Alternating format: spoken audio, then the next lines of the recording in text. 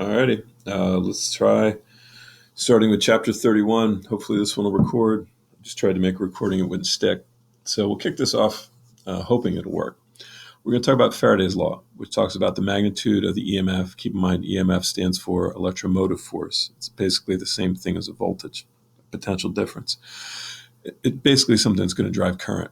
So the EMF induced in a conducting loop is equal to the rate at which the magnetic flux, phi b, through the loop changes with time. So keep in mind, whenever we talk about flux, we're talking about a product of a field and an area. So when we talk about magnetic flux, we're talking about magnetic field going through a particular area. So we have to worry about changing the magnetic flux because it's the rate at which the flux changes. We have to talk about how we can do that. So we can talk about by changing the magnitude of the magnetic field, right? Make it stronger, make it weaker. We can talk about the area of the loop that's exposed. We can make the loop larger, or we can make the loop smaller. And then we could change the angle or direction of the magnetic field and the coil, meaning that we could effectively maybe take the loop and have it, and this won't work. Let me see if we could imagine it rotating out of the page and spinning that way. That would change the amount of area that is exposed to the loop. So when we talk about changing the magnetic field, it's going to be the rate of change of the field with respect to time. That's why it's d phi b dt. And the little negative sign here just means that the EMF is going to be opposing a change. We'll talk about that in a little bit. So keep in mind that phi b, or any flux, in this case magnetic flux, is going to be the product of the field times the area, because it's magnetic field, it's magnetic, because it's magnetic flux, it's the magnetic field times the area. And so the EMF then is the time rate of change of that product, which means we have a choice here, right? We can change the flux by either keeping B constant and changing the area, or we could keep the area constant and change the B field with respect to time, or we could just do both. So those are all fine ways to change the flux. So here's a graph, and what it says here is the graph gives the magnitude of the B field in a uniform magnetic field through a conducting loop, and it's perpendicular to the plane of the loop. Rank the regions of the graph according to the magnitude of the EMF induced in the loop greatest first. So that's like a whole mouthful of physics stuff right there. And the easiest way to get around that is to use a big AP skill, which is anytime you're given a graph, ask yourself, is it the area that matters or is it the slope that matters?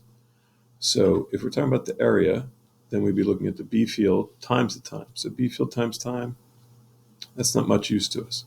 Talk about slope, then we're talking about the change in B with respect to time, or the rise in B over the run in time.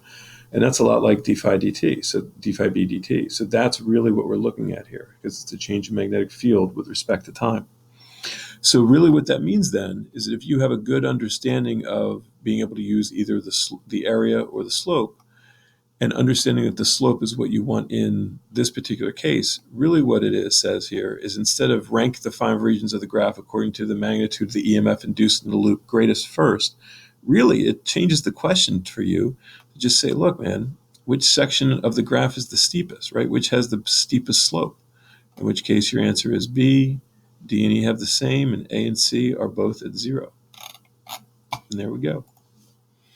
So Faraday's law versus Lenz's law, what's the difference? Faraday's law says that the changing magnetic flux through a conducting loop will produce an EMF in the loop. So basically Faraday's law says changing the flux is going to give us an EMF. And Lenz's law takes it one step further, and it assigns a direction to the current that results in the conducting loop.